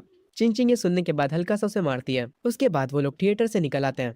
इन लोगों ने मूवी देख ली होती है और फोटोज भी ले लिए होते हैं। शोन कहता है, अब मैं घर जा रहा हूँ। चिंग चिंग कहती है, तुम डिनर पे नहीं चलोगे मेरे साथ। शोन कहता है, अभी तो मेरा पेट भरा है, वैसे मुझे ये बताओ तुम कौन से कॉलेज जाने वाली हो। चिंग चिंग सोच में पड़ जाती है। शोन कहता है, ठीक है, भूल जाओ मैंने कुछ पूछा, वैसे मैं शंघाई में जा रहा हूँ। चिंग चिंग कहती है, मैं वॉशरूम होकर आती हूँ। शोन वहाँ खड़ा रहकर उसका वेट करता है। वो इधर उधर देख रहा होता है। तभी उसे कुछ गेमिंग मशीन दिख जाती हैं। वो उन मशीन्स के पास जाते हुए सोच रहा होता है, मेरी पास्ट लाइफ में मैंने टैडी निकालने की कितनी कोशिश करी थी ताकि मैं मंग्याओ को इम्प्रेस कर सकूं, पर मैं बार बार फेल हो जाता था। पर जब आखिरकार मैं सक्सेस हो गया तो उसे उस टॉय से कोई फर्क ही नहीं पड़ा। शोन जो था वो यहाँ पर खड़े होकर एक टॉय को बाहर निकाल लेता है। तभी चिंग चिंग आ जाती है। शोन वो प्लशी उसे दे देता है। वो कहता है, ये तुम्हारा बर्थडे गिफ्ट है। पर फिर वो वापस ले लेता है और कहता है, ठीक है, इसे तुम मत लो। पर चिंग चिंग वो प्लशी उससे छीन लेती है और कहती है, मूवी के पैसे मैंने दिए थे और अब तुमने मुझे प्लशी दे दिया, अब हिसाब बराबर हुआ। शोएन भी कहता है, हाँ ठीक है, चलो अब यहाँ से चलते हैं। शोएन चिंग चिंग को उसकी कार में बैठा देता है और उसे बाय बोलता है। मिस वांग जो कि कार के अंदर बैठी होती है वो कहती है, तुम्हारी मॉम का मुझे कॉल आया था, वो आज रात वापस आ रही हैं और शायद से तुम्हारे डैड भी आएंगे। ये सारी बातें सुनकर चिंग चिंग काफी खुश होती है। उसने जो शोएन के साथ फोटो ली थी वो उस फोटो को अपने वॉलपेपर पर लगा लेती है। हम देखते हैं चिंग चिंग की मॉम अपने घर वापस आ चुकी होती है और वो अपने साथ एक गिफ्ट भी लाई होती है। चिंग चिंग भी अपने घर वापस आ चुकी होती है। उसकी मॉम उसके पास जाती है और कहती है, चिंग चिंग आखिर ये शोएन है कौन। चिंग चिंग कहती है, मैंने आपको कहा तो था वो मेरा बॉयफ्रेंड है, ये देखिए ये उसने मुझे गिफ्ट दिया है। उसकी मॉम कहती है, क्या हमने तुम्हें कभी किसी चीज की कमी होने दी है, तुम हमसे इतनी बदतमीजी कैसे कर सकती हो। चिंग चिंग चिल्लाते हुए कहती है, आपने सही कहा, सब मेरी ही गलती है, अगर मैं पैदा ही ना होती तो ये सब होता ही ना। ये कहकर चिंग चिंग अपने रूम में चली जाती है और अपने रूम में जाकर रोने लगती है। उसकी मॉम को ये देखकर बुरा लगता है। तभी उसके डैड आ जाते हैं और वो कहते हैं, तुमने पता करा क्या मैटर है, ये शोएन और चिंग चिंग वाला। चिंग चिंग की मॉम उसके डैड पर चिल्लाते हुए कहती हैं, ये सब तुम्हारी गलती है, तुम उसका बर्थडे भूल गए। उसके डैड कहते हैं, जरा देखो तो बोल कौन रहा है, तुमने उससे कुछ पूछा भी है। उसकी मॉम कहती है, नहीं, वो सीधी तरह से जवाब नहीं दे रही है। उसके डैड कहते हैं, तो अब हम क्या करेंगे। चिंग चिंग की मॉम कहती हैं, मैं खुद से उस शोएन नाम के लड़के को ढूंढूंगी और उससे इस बारे में बात करूंगी। सीन शिफ्ट होता है शोएन के ऊपर जो कि अपनी शॉप पर होता है और वो चैट पर चिंग चिंग से ही बात कर रहा होता है। वो उससे कह रहा होता है, मुझे अब रिग्रेट हो रहा है, मुझे तुम्हारे साथ डिनर कर लेना चाहिए था, अब मुझे काफी भूख लग रही है। चिंग चिंग भी अपने घर पर अपने पेरेंट्स के साथ डाइनिंग टेबल पर होती है। चिंग चिंग उसके मैसेज का रिप्लाई करते हुए कहती है, तुम्हारे साथ यही होना चाहिए था, अब तुम भूखे ही रहो। खैर फिर भी वो शोएन से पूछती है, अच्छा बताओ मुझे तुम क्या खाना चाहते हो। तभी शोएन को उसकी बॉस बुलाती है, पर फिर भी शोएन फोन में लगा होता है। उसकी बॉस कहती है, तुम्हारे सामने कस्टमर्स हैं, बाद में बात कर लेना। शोएन जल्दी से फोन को छोड़कर कस्टमर्स के पास जाता है। सीन शिफ्ट होता है चिंग चिंग के घर पर। उसके बर्थडे का जो केक बचा था। चिंग चिंग मिस वोंग से कहती है, आंटी वोंग आप इस केक को उस बार में पहुंचा दीजिए जहां हम गए थे। ये सुनने के बाद चिंग चिंग के पेरेंट्स कहते हैं, तुम ये केक किसके पास भेज रही हो। चिंग चिंग कहती है, शोएन के पास। ये सुनकर उसके मॉम डैड हैरान हो जाते हैं। सीन शिफ्ट होता है। आंट वांग उस केक को लेकर शोएन की शॉप पर आ जाती है। शोएन की बॉस कहती है, देखो तो जरा कौन आया है। आंट वोंग कहती है, हाँ मैं कुछ डिलीवर करने आई हूँ। शोएन कहता है, आंट वोंग आप आ गई। आंट वोंग कहती है, चिंग चिंग ने मुझसे कहा था कि मैं इस केक को तुम तक पहुंचा दूं। ये सुनने के बाद शोएन थोड़ा शॉक होता है और वो कहता है, वो सच में शायद से थोड़ी सी पागल है। ये सब देखने के बाद शोएन की बॉस कहती है, मुझे सच सच बताना तुम दोनों डेट कर रहे हो है ना। शोएन कहता है, आप ये किस बारे में बात कर रही हैं, मैंने बस उसकी मदद करी थी। मैंने उससे कहा था कि मुझे भूख लगी है, इसीलिए उसने मुझे ये केक भेज दिया। ये सुनने के बाद बॉस हंसते हुए कहती है, मुझसे मजाक मत करो, मुझे यकीन नहीं होता। तभी सीन शिफ्ट होता है हमारे वे भाई पे। काफी टाइम बाद दिखा है ये लड़का। खैर इस टाइम पर वो कॉफी शॉप पर होता है मैन ग्याओ और उसकी दोस्त के साथ। वे उनसे पूछता है, तो तुम दोनों को मुझसे क्या काम है। मैन ग्याओ कहती है, मुझे बताओ कि आजकल शोएन क्या कर रहा है। वे बताता है कि वो पार्ट टाइम जॉब कर रहा है। ये सुनने के बाद मैन ग्याओ की दोस्त कहती है, मैं अब सब समझ गई, वो गरीब हो चुका है इसीलिए तुम्हें इग्नोर कर रहा है। वैसे भी लड़कियों के पीछे भागने में पैसे खर्च होते हैं। वो ये सुनकर कहता है, नहीं नहीं तुम बिल्कुल गलत सोच रही हो, वो अपने आने वाले ड्राइविंग टेस्ट के लिए बिजी है, वो हमारे साथ अब गेम भी नहीं खेलता। मैन ग्याओ कहती है, तो वो मुझे इग्नोर क्यों कर रहा है। तभी सीन शिफ्ट होता है शोएन पर, जो कि अपने रूम में बैठा चैट पर चिंग चिंग से बातें कर रहा होता है। वो उसे कल के केक के लिए शुक्रिया बोलता है। चिंग चिंग भी उससे बातें करते हुए उसके रिप्लाई में कहती है, वो केक बहुत ही ज्यादा बड़ा था इसीलिए हम उसे खत्म नहीं कर पाए। तब मुझे समझ आया कि मैं उस केक को तुम्हें भी भेज सकती हूँ। शोएन चैट पर उससे पूछता है, चिंग चिंग तुम्हारे और दोस्त नहीं है क्या। ये सुनने के बाद चिंग चिंग थोड़ा शांत हो जाती है और कहती है, तुम्हें इससे क्या मतलब। शोएन कहता है, ऐसा लगता है मैंने सच बोल दिया, कल के केक की वजह से मैं तुमसे अच्छे से बोल रहा था, मैं तुम्हारा एक अच्छा दोस्त बन सकता हूँ। चिंग चिंग कहती है, तुम्हारा शुक्रिया पर इसकी जरूरत नहीं है। शोएन अपने बेड पर लेट जाता है और पूछता है, तुम क्या कर रही हो। चिंग चिंग बोलती है, तुम्हारा इससे क्या मतलब है। शोएन कहता है, मैं बस क्यूरियस हूँ तुम्हारे जैसे अमीर बच्चे अपना टाइम पास कैसे करते हैं। वो कहती है कि मैं कॉमिक्स पढ़ती हूँ, क्या तुम्हें भी वो पसंद है। शोएन कहता है, हाँ मुझे बहुत पसंद है। शोएन कहता है, मैंने जो कॉमिक्स पढ़ी है वो तुमने भी कभी नहीं पढ़ी होंगी। ये सुनने के बाद चिंग चिंग कहती है, आखिर तुम ऐसा क्या पढ़ रहे हो। शोएन कहता है, मैं तो एच मानवा पढ़ता हूँ। ये सुनने के बाद चिंग चिंग उसे ठरकी बोलती है। तभी सीन वापस से वे पर शिफ्ट होता है। वो गुस्से में मेनग्याओ से कहता है, पहले शोएन हर जगह तुम्हारा पीछा किया करता था, पर क्या तुमने कभी उस पर ध्यान दिया है। ये सुनने के बाद मेनग्याओ की दोस्त कहती है, तुम लड़कों को लगता क्या है, अगर तुम हमें अच्छे से ट्रीट करो तो हम तुम्हें हाँ कर देंगे। ये सुनते ही वे कहता है, अगर वो तुम्हें पसंद नहीं था तो तुम्हें उसे रिजेक्ट कर देना चाहिए था, पर तुम उसका फायदा उठाती रही, तुम उससे भी बातें करती रही और उसी टाइम पर तुम दूसरे लड़कों के साथ भी फ्लर्ट कर रही थी। आखिर इसमें तुम्हें मजा क्या आता है। मेनग्याओ की दोस्त कहती है, तुम ये क्या क्या कह रहे हो। वे अपनी कॉफी को उठाते हुए कहता है, तुम प्ले गर्ल्स ऐसे ही बात करती हो। तभी हम शोएन के डैड को देखते हैं, जो कि अपनी चाय के मजे लेते हुए न्यूज़पेपर को पढ़ रहे होते हैं। तभी यहाँ पर शोएन आ जाता है। वो अपने डैड से कहता है, डैड मुझे आपसे कुछ बात करनी है। उसके डैड कहते हैं, अगर तुम्हें पैसे चाहिए तो अपनी माँ से मांग लो। ये कहकर वो वापस से चाय पीने लगते हैं। शोएन कहता है, असल में मुझे ड्राइविंग स्कूल के लिए साइन अप करना है। ये सुनने के बाद उसके डैड कहते हैं, मुझसे पैसे मत मांगो, मैं बहुत गरीब हूँ। पर तभी शोएन एक अजीब सी स्माइल के साथ कहता है, अरे डैड वो बाथरूम की सीलिंग वहाँ पर भी तो शायद पैसे थे और टीवी स्टैंड के नीचे भी पैसे थे। मुझे पता है कि आप पिछले 6 महीनों से पैसे जमा कर रहे हो। ये सुनते ही उसके डैड की चाय गिर जाती है और वो कहते हैं, तुम्हें ये सब कैसे पता। शोएन बस हंसता है। उसके डैड कहते हैं, ठीक है मैं कल लिविंग रूम के टेबल पर पैसे रख दूंगा। ये सुनने के बाद शोएन कहता है, ये हुई ना बात, मैं अब काम पर जा रहा हूँ। तभी वापस से सीन वे पर आता है। वो मैन ग्याओ और उसकी दोस्त से कहता है, तुम लोग पागल हो, पता नहीं किस तरह का लॉजिक इस्तेमाल कर रहे हो। मैन ग्याओ वे से कहती है, शोएन को मत बताना कि तुम मुझसे मिले थे और मुझे बताओ कि वो कहाँ पर काम करता है। वे उसकी बातों का जवाब नहीं देता और उसे इग्नोर करके यहाँ से जाने लगता है। वे अपनी ही बातों में लगा हुआ था। वो सोच रहा था, यहाँ की दूध वाली चाय अब पहले जैसी नहीं रही। मेनग्याओ की दोस्त मेनग्याओ से कहती है, तुम ज्यादा सोचना बंद करो, कॉलेज में और भी क्यूट क्यूट लड़के मिलेंगे। शोएन को तुम्हें खोने के बाद पछतावा जरूर होगा। मेनग्याओ कहती है, मैं बस ये जानना चाहती हूँ कि वो अचानक से क्यों बदल गया। तभी सीन शिफ्ट होता है चिंग चिंग की मॉम के ऊपर, जो कि शोएन के बार के सामने पहुंच चुकी होती है। वो आंट वांग को कॉल करती है और कहती है, मैं उस लड़के के बार के पास आ चुकी हूँ, अगर चिंग चिंग बाहर निकले तो मुझे तुरंत बता देना। ये कहकर वो फोन रख देती हैं। वो उस बार के अंदर जाने लगती हैं। वो बार के अंदर जाते ही बॉस को और एक वेट्रेस को देखती है और उस बार के अंदर सिर्फ एक ही लड़का होता है जो कि काम कर रहा होता है। उस लड़के को तुरंत देखते ही चिंग चिंग की मॉम समझ जाती है कि यही लड़का उनकी लड़की का बॉयफ्रेंड है। उसकी मॉम उससे जाकर कहती है, तुम्हारा नाम शोएन है ना। शोएन कहता है, हाँ वो मेरा ही नाम है, पर आप कौन है। वो जाकर एक टेबल के पास बैठने लगती है और कहती है, मैं चिंग चिंग की मॉम हूँ, क्या हम थोड़ी देर के लिए बात कर सकते हैं। शोयन बिना कुछ कहे उनके पास जाकर बैठ जाता है। बॉस ये सीन देखकर वेट्रेस से कहती है, ये लो आ गई मुसीबत। चिंग चिंग की मॉम कहती है, तो मुझे बताओ तुम मेरी बेटी से कहाँ पर मिले थे? शोयन कहता है, हम एक लेक के पास मिले थे और फिर इस बार में एक बार मिले थे और मैं उससे तीसरी बार उसके बर्थडे पर मिला था। ये सुनने के बाद उसकी मॉम कहती है, तो तुम बस मेरी बेटी से 3 बार ही मिले हो और तुम लोग अभी से डेट करने लगे? ये सुनने के बाद शोयन कहता है, आंटी आप अपनी खुद की बेटी को नहीं जानती क्या? क्या उसकी पर्सनैलिटी ऐसी है कि एक लड़के से 3 बार मिलने के बाद वो उसे डेट करने लगेगी? चिंग चिंग की मॉम शोयन को देखने लगती है। उनकी आंखें सरप्राइज से भरी होती हैं। शोयन उनसे काफी अच्छे से बात कर रहा होता है। खैर तभी अचानक से चिंग चिंग की मॉम कहती हैं, मुझे बताओ तुम कौन से कॉलेज में जाना चाहते हो? शोयन कहता है, मैं शंघाई में जाना चाहता हूँ, जो कि स्कूल ऑफ फाइनेंस है। ये सुनने के बाद चिंग चिंग की मॉम कहती हैं, तुम एक आम लड़के हो, तुम्हारे लिए फाइनेंस चुनना एक स्मार्ट चॉइस नहीं है। ये सुनने के बाद शोयन कहता है, मेरा गोल है बहुत अमीर बनने का। ये सुनने के बाद चिंग चिंग की मॉम के चेहरे पर एक अजीब सी स्माइल आती है और वो अपने मन में कहती है, इसकी हाइट भी अच्छी है और इसका फेस भी और इसकी पर्सनैलिटी भी। अगर ये सच में अपने सपनों को पूरा कर लेता है तो शायद से मैं हाँ कर दूं। खैर आगे वो शोयन से कहती हैं, मैं यहाँ पर तुम्हें ब्लेम करने नहीं आई थी।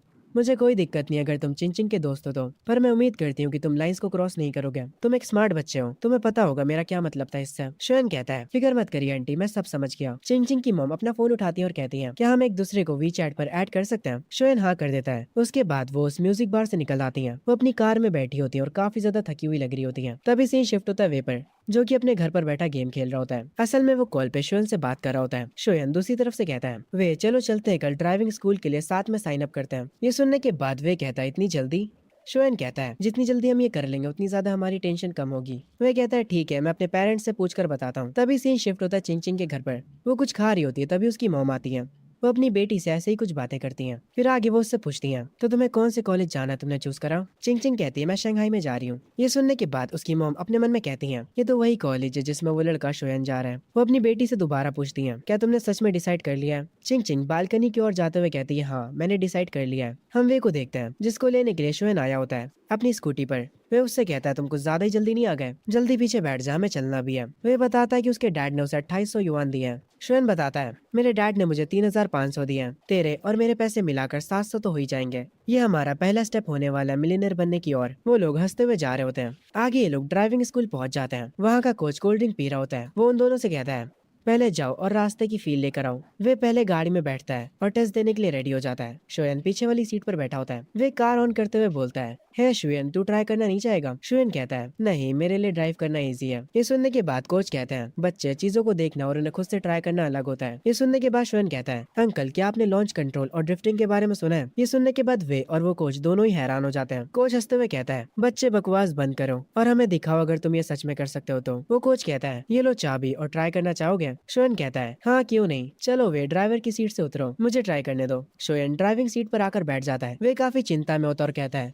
शोयन क्या तुम सच में ये कर लोगे? तुम हमें ठोक तो नहीं दोगे ना कहीं? शोयन कहता है, रिलैक्स कर यार, तुझे पता तो है मैं अपनी जान जोखिम में नहीं डालता मजे के लिए। चलो अंकल अब मैं तुम्हें दिखाता हूँ लॉन्च कंट्रोल। वो कोच कहता है, अगर तुमने रिवर्स में पार्किंग कर ली तो तुम यहाँ पर आकर कभी भी प्रैक्टिस कर सकते हो। शोयन कार को ऑन करता है और एक ही ट्राई में रिवर्स पार्किंग कर लेता है, जिसे देखकर वो कोच हैरान रह जाता है और वे भी। वो उससे कहता है, शोयन क्या तुम छुप छुप कर कार चलाना सीख रहे थे? शोयन कहता है, नहीं यार मुझ में बस नेचुरल टैलेंट है। ये कहकर वो दोनों टेस्ट देकर बाहर आ जाते हैं। वे अभी तक हैरान होता और कहता है, तुमने साइन अप करते ही रिवर्स पार्किंग कर ली, तुम कमाल के हो यार। अगर तुम पास हो गए और मैं फेल हो गया तो ये काफी शर्म की बात होगी। शोयन कहता है, अरे नहीं यार तुम भी पास हो जाओगे और फिक्र मत करो, तुम्हें और भी मौके मिलेंगे मेरे सामने एम्बेरस होने के। तभी शोयन को किसी को कॉल आता है। वो कॉल को उठाता है और कहता है, कौन बोल रहा है? और वो कॉल असल में चिंग चिंग के फादर का होता है। शोयन उनसे कहता है, अंकल मेरी पहले ही चिंग चिंग की मदर से बात हो चुकी है, क्या आपको किसी और चीज के बारे में बात करनी है? तभी चिंग चिंग के फादर कहते हैं, क्या तुम आज शाम फ्री हो? मुझे तुमसे कुछ बात करनी है, मुझे बस अपना एड्रेस भेज दो, मैं तुम्हें लेने के लिए एक ड्राइवर को भेज दूंगा। शोयन उन्हें बता देता है कि वो ड्राइविंग स्कूल में अभी, और ये कहकर वो फोन रख देता है। वे उससे आकर पूछता है, किसका फोन था भाई?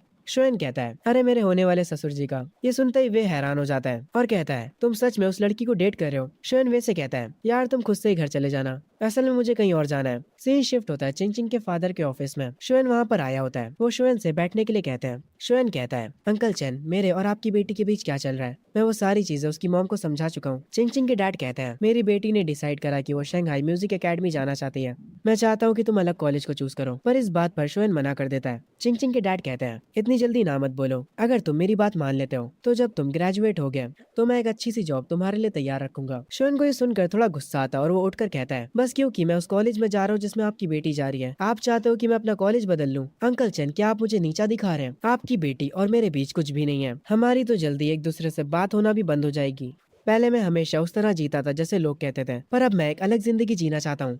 अब अगर कोई मुझे कोई काम करने को मना करता है तो मेरा उस काम को करने का और मन करता है। ये कहकर शोएन जाने लगता है। वो जाते जाते कहता है, आप जब भी लोगों से बात करते हो तो क्या आप खुद को उनसे अपर लेवल का समझते हो, या तो सिर्फ ये तब होता है जब आप मेरे जैसे किसी से बात कर रहे हो। ये कहने के बाद शोएन यहाँ से चला जाता है। अंकल चेन सोच में पड़ जाते हैं। वो तुरंत चिंग चिंग की मॉम को कॉल करते हैं और उनसे कहते हैं, मैंने उस लड़के से बात करी और मुझे ऐसा लगता है कि मैंने चीजों को और खराब कर दिया। चिंग चिंग की मॉम उनसे कहती है, मैंने पहले ही कहा था, वो आम लोगों जैसा नहीं है। तुम उससे खुद से बात करना चाहते थे, है ना? और अब तुमने कर ली और देखो क्या हो गया। अब तुम अपनी बेटी से क्या कहोगे? ये कहकर वो कॉल काट देती हैं। चिंग चिंग अपने घर पर बैठी गिटार बजा रही होती है। तभी उसके फोन पर शोन का मैसेज आता है और उस मैसेज में वो कहता है, क्या तुम आज बार में आओगी? मेरा आज गिटार बजाने का मन कर रहा है। चिंग चिंग कहती है, मुझे टाइम बताओ। शोएन कहता है, मैं म्यूजिक बार में 11 बजे तक रहूंगा। अगर तुम आती हो तो मैं ओरिजिनल सॉन्ग बजाऊंगा तुम्हारे लिए। ये सुनते ही चिंग चिंग थोड़ा हैरान होती है। वो अपने मन में कह रही होती है, ओरिजिनल सॉन्ग? उसके बाद वो उसके मैसेज का रिप्लाई करते हुए कहती है, ठीक है मैं आऊंगी। शोएन कहता है, ठीक है मैं तुम्हारा इंतजार करूंगा। चिंग चिंग काफी खुश लग रही होती है।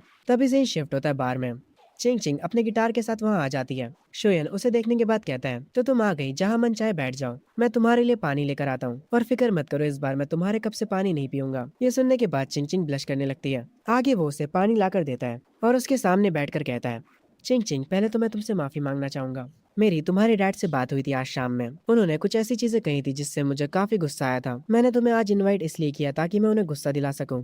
ये सुनने के बाद चिंग चिंग कहती है, कोई ना, मुझे बुरा नहीं लगा। मैं जानती हूँ उन्होंने क्या कहा होगा। उसके बाद चिंग चिंग कहती है, तुमने कहा था कि तुम एक ओरिजिनल सॉन्ग प्ले करोगे मेरे लिए। शोएन उठता है और हंसता है और उससे गिटार मांगता है। तभी यहाँ पर चिंग चिंग की मॉम आ जाती हैं। वो इधर उधर देखने लगती हैं। शोएन जाकर स्टेज पर बैठ जाता है और सबसे कहता है, मैं अब एक ओरिजिनल सॉन्ग गाने जा रहा हूँ। ये गाना होने वाला है, अगर एक दिन मैरिज बन गया तो। चिंग चिंग की मॉम उसके पास आकर बैठ जाती हैं। ये सुनने के बाद चिंग चिंग हंसती है। उसके बाद शोएन गाना शुरू करता है।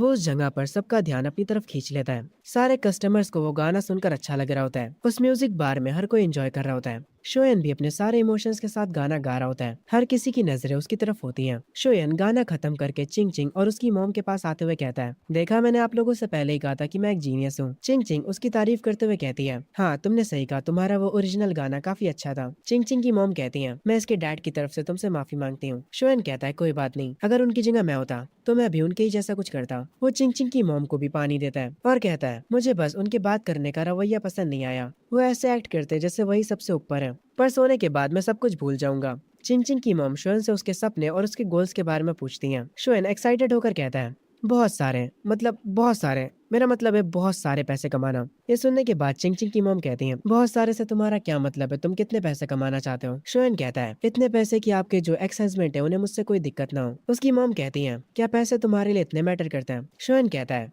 गरीबों की ज्यादातर प्रॉब्लम्स पैसे ना होने की वजह से आती है, और आजकल तो चीजें और खराब है। उसकी मॉम कहती है, कैसी चीजें खराब है? शोयन शर्माते हुए कहता है, अरे मेरा मतलब था जैसे शादी के रिश्ते आना और तुम्हें लड़की वाले रिजेक्ट कर देते हैं क्योंकि तुम कम पैसे कमाते हो। ये सुनकर चिंग चिंग की मॉम हंसने लगती है और वो कहती है, तो तुम्हारे हिसाब से एक अच्छा आदमी किसे कहते हैं? उसके पास कौन सी क्वालिटीज होनी चाहिए? शोएन कहता है, मैं आपको एग्जाम्पल के साथ बताता हूँ। एक बंदा है जो कि KFC से $50 का खाना खाना चाहता है। उसके हिसाब से वो खाना बहुत ही महंगा है, पर अगर वही खाना उसकी वाइफ या फिर उसकी बच्ची मांगे तो वो बिना सोचे समझे उन्हें वो खिलाएगा। एक अच्छा आदमी ये होता है। ये लोग काफी देर तक आपस में बातें करते हैं, इतनी देर तक कि ये लोग टाइम देखना भी भूल जाते हैं। आखिर में शोएन इन्हें बाहर तक छोड़ने जाता है। चिंग चिंग की मॉम को धीरे धीरे शोएन पसंद आने लगता है। वो उसे एक्सेप्ट करना स्टार्ट करने लगती है। वो शोएन से कहती है, तुम्हारे साथ बात करके काफी अच्छा लगा। अगर कभी चिंग चिंग तुमसे दोबारा मिलना चाहेगी तो फिक्र मत करो, मैं उसके साथ नहीं आऊंगी। शोएन कहता है, आंटी आप परेशान मत होइए, मैं हमेशा अपने वादे निभाता हूँ। ये सुनने के बाद चिंग चिंग और उसकी मॉम कार में जाकर बैठ जाते हैं। शोयन खिड़की पर कहता है, चिंग चिंग तुम अपना गिटार बार में ही भूल गई। ये सुनने के बाद चिंग चिंग कहती है, तुम उस गिटार को रख सकते हो कुछ दिनों के लिए, पर हाँ मुझे वापस देना मत भूलना। वो उसे बाय बोलती है। शोएन कहता है, ठीक है फिर तुम्हें इंतजार करना पड़ेगा अगली बारी का जब हम मिलेंगे। खैर उसके बाद उनकी कार यहाँ से चली जाती है। तभी यहाँ पर शोएन की बॉस आती है और वो कह रही होती है, लगता है ये एक रोम कॉम की शुरुआत है। शोएन उनकी तरफ देखता है। बॉस हंसते हुए कहती है, तुम अपनी सासू माँ से 2 बार मिल चुके हो और अभी भी नाटक कर रहे हो। आखिर ऐसा कैसे हो सकता है कि तुम्हें इतनी प्यारी चिंग चिंग पसंद नहीं? ये सुनने के बाद शोएन कहता है, अगर आप खूबसूरती को प्रायोरिटी बनाकर ये सब चीजें कह रही हैं तो ऐसे तो मैं आपको भी पसंद करता हूँ। ये सुनने के बाद बॉस हंसने लगती है और कहती है, जाओ अपना गिटार पकड़ो और अंदर जाकर गाना गाँव। सीन शिफ्ट होता है ड्राइविंग टेस्ट पर। वे गाड़ी चलाना सीख ही नहीं पा रहा होता। वो गाड़ी को इधर उधर घुमा रहा होता है। कोच भी उस पे काफी गुस्सा करता है। आखिर में वो गाड़ी से उतर जाता और कहता है, मुझे काफी अनोइंग लग रहा है, मैं कभी दोबारा तेरे साथ ड्राइविंग सीखने नहीं आऊंगा। मेरा सारा मोटिवेशन तेल लेने चला गया। शोएन कहता है, अरे यार तुम कितने बेकार हो इस चीज में। तभी वे शोएन से पूछता है, अच्छा मुझे बताओ तुम्हारी गर्लफ्रेंड कैसी दिखती है। शोएन कहता है, वो बहुत ही ज्यादा खूबसूरत है। दोनों ऐसे ही बातें करने लगते हैं। उसके बाद शोएन अपनी जॉब पर आ जाता है। वो वहाँ पर अपना फोन निकालता है। वहाँ पर वो ग्रुप चैट चेक करता है जिसमें स्कूल का एक स्टूडेंट कह रहा होता है, ऐसा लगता है कि शोएन का टेस्ट भी काफी अच्छा गया है, पर क्या वो इंग्लिश में पास हो पाएगा। अगर कोई कॉलेज उसे लेता है तो मैं लाइव स्ट्रीम पर आकर टट्टी खाऊंगा। सब लोग बेसिकली शोएन का मजाक उड़ा रहे होते हैं, पर वे अकेला शोएन की तरफ से बोल रहा होता है और कह रहा होता है, शोएन के अच्छे नंबर्स आएंगे। वे में और बाकी के स्टूडेंट्स में बहस शुरू हो जाती है। वे अकेला शोएन की तरफ से लड़ रहा था। शोएन इन लोगों को बातें करते हुए देखता है और वो अपने मन में कहता है, ये लोग कितने ज्यादा चाइल्डिश हैं। वो ग्रुप चैट को बंद कर देता है और अपने मन में कहता है, कल रिजल्ट आ जाएंगे। वो चिंग चिंग को मैसेज करता है और कहता है, क्या तुमने डिसाइड कर लिया कि तुम कौन से कॉलेज जाने वाली हो। चिंग चिंग बताती है वो शंघाई जाने वाली है। इनकी ऐसे ही थोड़ी बात होती है। चिंग चिंग उससे कहती है, मेरे गिटार के साथ कुछ होना नहीं चाहिए। शोएन कहता है, तुम चिंता मत करो, मैं उसका ट्रेजर जैसे ध्यान रखूंगा। यहाँ तक कि मैं उसे गले लगा लेता हूँ जब भी मैं सोता हूँ। ये सुनने के बाद चिंग चिंग उसे ठरकी बोलती है। शोएन हंसता है और कहता है, मैं तुम्हें थोड़ी ना गले लगा रहा हूँ जो तुम मुझे ठरकी बोल रही हो। चिंग चिंग कहती है, बकवास बंद करो। उसके बाद चिंग चिंग कहती है, तुमने जो सॉन्ग लिखा था क्या तुम मुझे उसके लिरिक्स भेज सकते हो। शोएन कहता है, ठीक है, पर कॉपीराइट ना पाने के लिए आपको 10,000 देने पड़ेंगे। चिंग चिंग कहती है, ठीक है, हमारी डील रही। इनका ऐसे ही थोड़ा हंसी मजाक चलता है, पर जो अपना शोएन होता है वो सच में अपना अकाउंट नंबर भेज देता है, मतलब कॉपीराइट के पैसे लेने के लिए। वो असल में मजाक कर रहा होता है। उसे लगता है कि चिंग चिंग पैसे नहीं भेजेगी, पर वो हैरान हो जाता है क्योंकि उसके अकाउंट पर मैसेज आता है, 10,000 आपके बैंक अकाउंट में क्रेडिट हो चुके हैं। ये देखने के बाद शोएन अपने मन में कहता है, ये लड़की कितनी खूबसूरत है और इसके पास पैसे भी हैं। चिंग चिंग कॉमिक्स पढ़ने लगती है। शोएन उसे अपने गाने के लिरिक्स भेज देता है। वो कहती है, अच्छा काम करा, अब तुम जा सकते हो। और वो वापस से कॉमिक्स पढ़ने लगती है। उसकी मॉम चिंग चिंग को मुस्कुराते हुए देखती है और अपने मन में सोचती है, क्या ये लड़की सच में सीरियस है। तभी सीन शिफ्ट होता है शोएन के घर पर, जहाँ उसकी मॉम बार बार घड़ी को देखे जा रही होती है और कहती है, टाइम बस होने ही वाला है। आखिर ये शोएन अभी तक उठा क्यों नहीं है। शोएन के डैड कहते हैं, वो कल रात घर लेट आया था। उसकी मॉम उसके डैड को उसे उठाने के लिए भेजती है और बार बार घड़ी को देखे जा रही होती है, पर अभी तक शोएन उठा नहीं होता है। उसके डैड वापस आ जाते हैं। उसकी मॉम कहती है, आखिर वो कर क्या रहा है, अगर उसके नंबर्स अच्छे नहीं आए होंगे तो वो गया। शोएन के डैड कहते हैं, उसकी एडमिशन टिकट टेबल पर रखी है, हम उन्हें खुद भी तो चेक कर सकते हैं। शोएन की मॉम थोड़ा गुस्सा तो होती है, पर फिर वो खुद से रिजल्ट चेक करने के लिए मान जाती है। शोएन के डैड लैपटॉप पर बैठकर उसका रिजल्ट चेक करने लगते हैं। शोएन की मॉम उसका रोल नंबर बता रही होती है। उसके डैड ऑनलाइन रिजल्ट चेक करते हैं। तभी यहाँ पर उठकर शोएन आ जाता है। वो पीछे से कहता है, तो क्या आप लोगों को मेरा रिजल्ट मिल गया। उसकी मॉम कहती है, वही ढूंढ रहे हैं, क्या ये इंटरनेट सही नहीं चल रहा है। शोएन अपना फोन निकालते हुए कहता है, एक सेकंड रुकिए, मैं अपने फोन पर चेक करता हूँ। और जब वो अपनी इन्फॉर्मेशन डालता है तब उसका रिजल्ट उसके फोन पर आ जाता है और शोएन का स्कोर आया होता 558, जिसे देखकर उसकी मॉम कुछ ज्यादा ही खुश हो जाती हैं। उसके इंग्लिश के नंबर्स देखकर उसके डैड इतने शौक हो जाते हैं कि वो कहते हैं, क्या तुमने इंग्लिश में चीटिंग करी थी। शोएन हंसते हुए कहता है, नहीं, मैं बस लकी था, मैंने हर एक चीज सही गेस करी थी। शोएन का जो रिजल्ट होता है वो टॉप टियर होता है, जिसे देखकर उसके पेरेंट्स काफी ज्यादा खुश होते हैं। शोएन की मॉम कहती है, जल्दी से इसके ग्रैंडपा और इसकी ग्रैंडमा को कॉल करिए और उन्हें ये खुशखबरी बताइए और बाकी सारे रिलेटिव्स को भी। शोएन कहता है, मैंने तो पहले ही आपसे कहा था कि मैं टॉप ग्रेड लाने वाला हूँ। शोएन अपना फोन चेक करता है। उससे वे का मैसेज आया होता है जो कि उसे बताता है कि उसे 507 नंबर्स मिले हैं। वो शोएन से उसका रिजल्ट पूछता है और जब वो शोएन का रिजल्ट सुनता है वो हैरान रह जाता है। वो शोएन से कहता है, सच में तुम्हारे इंग्लिश में 125 कैसे आए। तुमने पक्की बात है चीटिंग करी होगी। तुम्हारे 558 आए, तुम सच में एक टॉप कॉलेज में जा सकते हो। वे शोएन के लिए खुश होता है। उनकी स्कूल की ग्रुप चैट में काफी शोर मच रहा होता है। वे अपने मन में कहता है, अभी तो मैं तुम लोगों को एक सरप्राइज देने वाला हूँ। तो मैं शोएन का रिजल्ट बताकर वो ग्रुप चैट में शोएन का रिजल्ट सेंड कर देता है और उसका रिजल्ट देखने के बाद पूरी की पूरी चैट क्रेजी हो जाती है। वो चैट फुल ऑफ रिएक्शन से भर जाती है। सब लोग शोएन की तारीफ कर रहे होते हैं। दूसरी तरफ हम मेनग्याओ को देखते हैं जो कि अपने फोन पर उसी ग्रुप चैट को देख रही होती है और अपने मन में कह रही होती है, आखिर ये कैसे पॉसिबल हो सकता है। शोएन ने 558 स्कोर किया है। वो लड़का पहले मेरे पीछे पागल था और मैं उसे अटेंशन भी नहीं देती थी। आखिर ये सब कब चेंज हो गया, आखिर क्यों, वो मुझे छोड़ने के बाद और बेटर कैसे हो गया। ये कहते वक्त मेनग्याओ की आंखों से आंसू बहने लगते हैं और वो अपने फोन को वापस से अपनी पॉकेट में रख लेती है और वो गहरी सोच में डूब जाती है।